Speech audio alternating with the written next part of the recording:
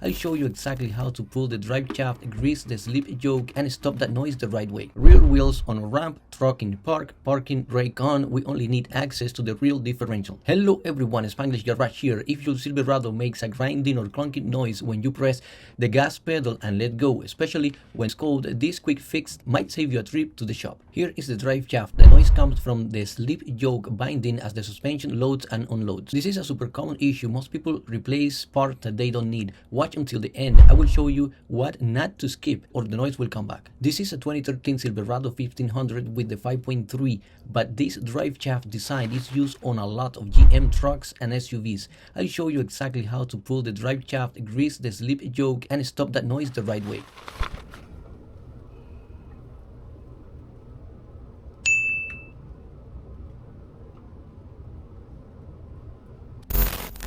$11mm bolts. When removing these bolts, keep in mind that they shouldn't be that extra tight, but if they are extra tight because of rust or anything else, a little bit of penetrating fluid will do the job. Because of the drive shaft shape, it is almost impossible to use a regular ratchet in here with the 11mm socket, so that's why I'm using this wrench. Obviously, a larger one will be a lot better since you will have more leverage than this one that I have, but this was the only one that I had available at this moment, so that's the one that I'm gonna be using.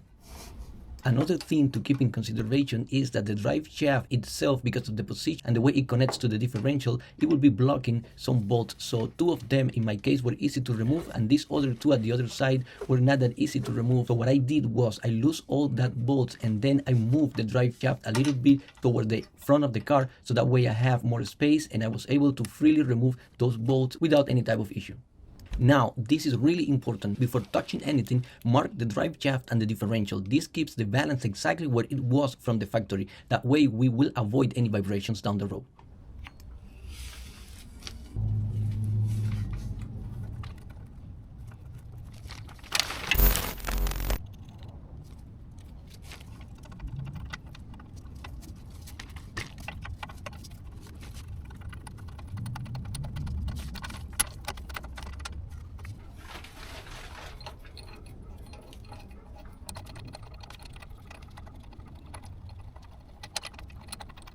This side of the drive shaft was really simple and easy to remove those bolts. Now in the other one it was not that easy because of the space and the position of the shaft. So after all those bolts are loose, what I did was, as you can see in the video, was move the shaft a little bit to the front, so that way I have space to remove the bolts and the clamp.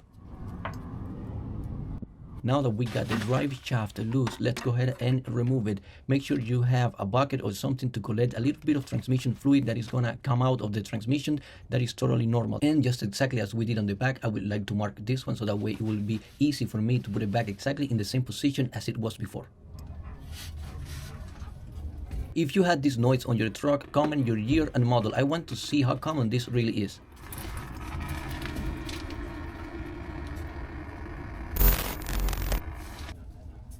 This part matters. If you don't clean all the grease completely, the noise will come back.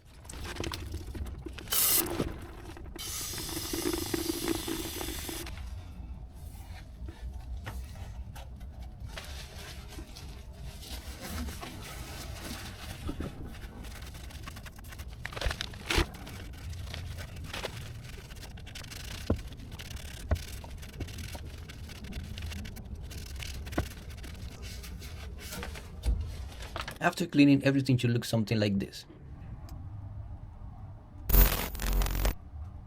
Now, when reapplying the grease, there are some factors that you need to keep in mind. One of them is to use only GM Super Lube with Moly grease.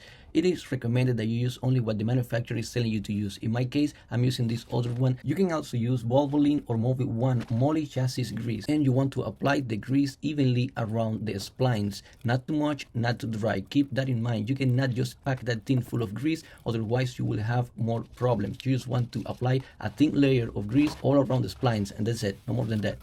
It's important that you clean the outside really good as well, so that way we will have a proper seal and we don't have any leaks. I'm assuming that your transmission seal is in good condition, and we don't need to replace that at this moment.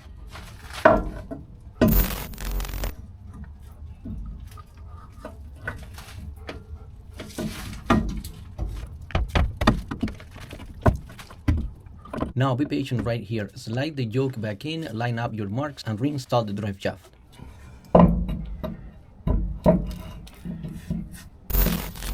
Now, if you remember from when we removed the drive shaft, some of the bolts were not able to be removed completely with the drive shaft in position, so we had to move it a little bit in order to take those bolts out. So now we are going to do the whole thing, but in reverse. We're going to first place the bolts and then slide the drive shaft in position and then secure those bolts.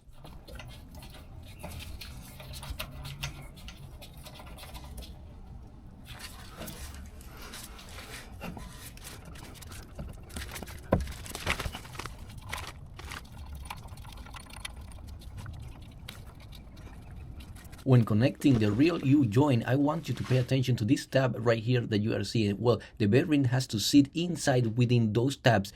Each side will have one tab, and you have to make sure that the bearings are inside those tabs, not over those tabs. Just pay attention to that. Make sure everything sits properly.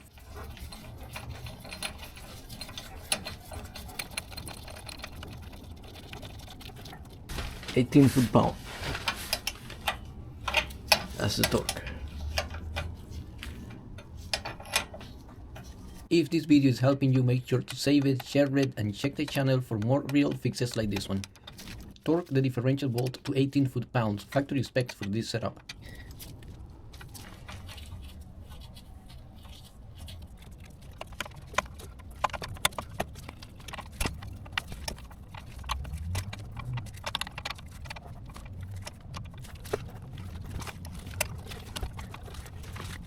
After the installation is done, don't forget to add a little bit of transmission fluid, and that's it. Thank you for watching and see you in the next one.